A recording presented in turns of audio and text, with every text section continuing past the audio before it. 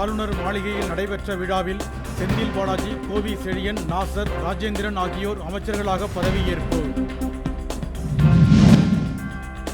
15 ஆண்டுகள் கடந்த அரசு பேருந்துகளை மேலும் ஓராண்டுக்கு இயக்க அனுமதிக்கக்கூடாது. தமிழக அரசுக்கு அன்புமணி வலியுறுத்தல். உதகை நகராட்சியை மாநகராட்சியாக தரம் உயர்த்த நடவடிக்கை. கேத்தி பேரூராட்சி மற்றும் 4 ஊராட்சிகளை இணைக்க தமிழக அரசு திட்டம். விடுமுறை நாளான இன்று ராமேஸ்வரம் கோவிலில் குவிந்த பக்தர்கள். பல மணி நேரம் வரிசையில் காத்திருந்து வழிபாடு. திருப்பத்தூர் மாவட்டம் நாட்றாம்பள்ளியில் ஆசிரியர் வீட்டில் திருட முயன்ற நபருக்கு அடி, உதை. மயக்க நிலையில் மருத்துவமனையில் அனுமதி.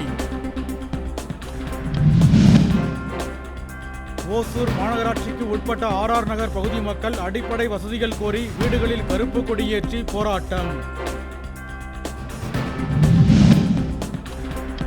சீதாராம் யெச்சூரி மறைவை அடுத்து மார்க்சிஸ்ட் கட்சியின் ஒருங்கிணைப்பாளராக தேர்வு செய்யப்பட்டார் பிரகாஷ் காரத்.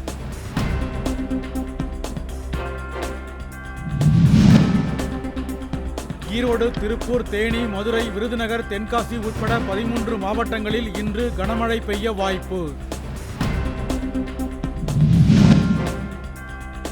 மேட்டூர் அருகே நங்கவள்ளி கால்நடை சந்தையில் 1 கோடி ரூபாய்க்கும் கூடுதலாக ஆடு, மாடுகள் விற்பனை. விவசாயிகள் மகிழ்ச்சி.